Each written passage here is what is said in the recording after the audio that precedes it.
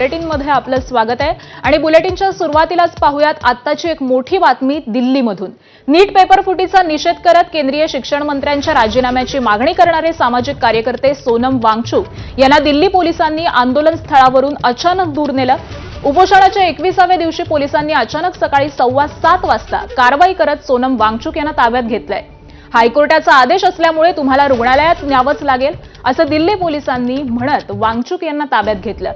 या प्रकारानंतर जंतर मंतरवरती प्रचंड गोंधळाची स्थिती निर्माण झाली। पोलिसांनी या भागामध्ये दंगल नियंत्रण पथक तैनात केलंय। विरोध करणाऱ्या कार्यकर्त्यांची देखील धरपकड सुरू झाली आहे आणि दरम्यान पोलिसांनी वांगचुक यांना दिल्लीतील सफदरजंग या रुग्णालयात नेल्याची माहिती समोर आलेली आहे। आणि वंचित बहुजन आघाडीचे अध्यक्ष प्रकाश आंबेडकर सध्या आपल्या सोबत आहेत। आंबेडकरजी नमस्कार। खरं तर आपण देखील या आंदोलनाला पाठिंबा दर्शवलेला होता, आपण स्वतः त्या ठिकाणी गेलेला होतात आणि त्यानंतर आज सकाळी ही कारवाई करण्यात आली आहे। मी परवाच जाऊन सोमन वांगचुक यांच्याशी भेटलो, बोललो। त्यांची तब्येत चांगली होती, त्यांची डॉक्टरची टीम होती, त्यांच्याशी माझं बोलणं झालं।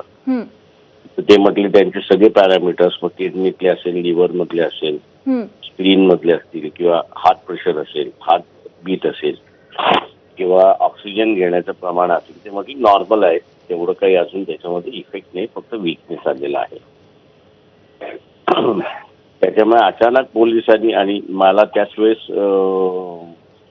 कॉक्रोच पार्टीचे आणि त्यांच्या वांगचुक बरोबरचे असणारे जे साथी होते त्यांना मी असं भीती दिली होती, भीती व्यक्त केली होती की तुम्ही 20 तारखेला मोर्चा हा जाहीर केलेला आहे, याच्या अगोदर तुम्हाला असं पोलिसांकडून कारवाई होईल, उचलल्या जाईल, याची तयारीत तुम्ही राहा।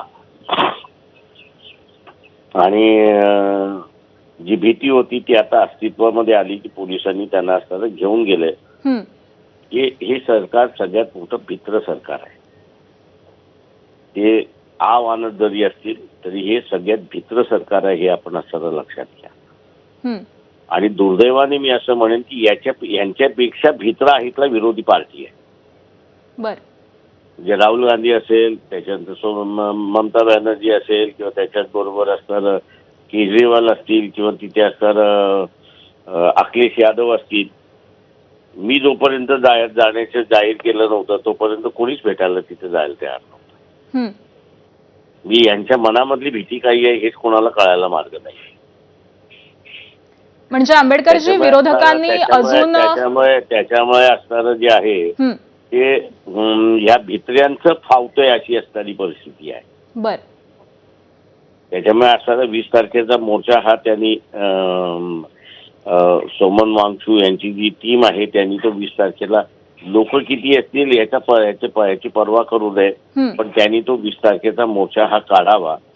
तर दिल्लीमध्ये असताना मला एकंदरीत सोमन वांगचुकच्या संदर्भातला असणारे जे गुडविल आहे ते नुसतं सामान्य माणसामध्ये नाही तर ते मिलिटरीच्या सोल्जरमध्ये सुद्धा मला असणारं दिसलं।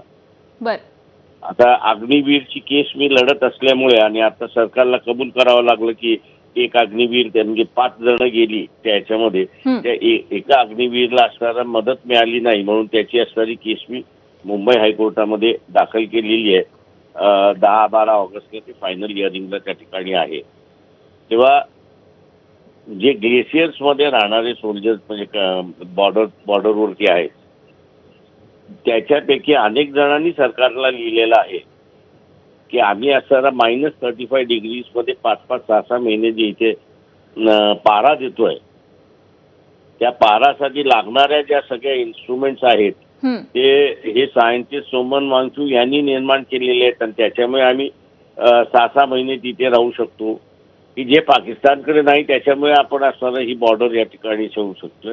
त्याच्यामुळे यांच्या आयुष्याशी आणि जीवाशी खेळू नका असं असणारं अनेक मेसेजेस जे आहेत आताच्या या संपूर्ण कारवाई, आंबेडकरजी आताच्या या संपूर्ण कारवाईबद्दल असंच सांगण्यात येत आहे की हायकोर्टाचे आदेश होते की वांगचुक यांना रुग्णालयामध्ये न्यावं आणि त्यामुळे ही कारवाई करण्यात आली आहे। आता हायकोर्टाकडनं ते कोण गेलं? सरकारच गेली ना। आणि कोर्टाने आदेश दिला कोर्ट कधीही हे म्हणणार नाही की बा कोणाची तरी तब्येत खालावली आहे आणि तुम्ही त्याला हॉस्पिटलमध्ये घेऊ नका. म्हणजे फेट अकम्प्ली ज्याला असताना इंग्रजीमध्ये म्हणतो की निर्णय काय पाहिजे त्याच पद्धतीने केस पुटअप करा. यांची तब्येतच बिघडलेली आहे, यांचं अमुकच झालेलं आहे, यांचं तमुकच झालेलं आहे, हॉस्पिटलायझेशन शिवाय हे वाचू शकत नाही. कुठला जज म्हणणार आहे की हॉस्पिटलायझेशन करू नका. बरं, ठीक आहे. धन्यवाद आंबेडकरजी, आमच्याशी बातचीत केलीत, ही प्रतिक्रिया दिलीत त्याबद्दल आभार आपले.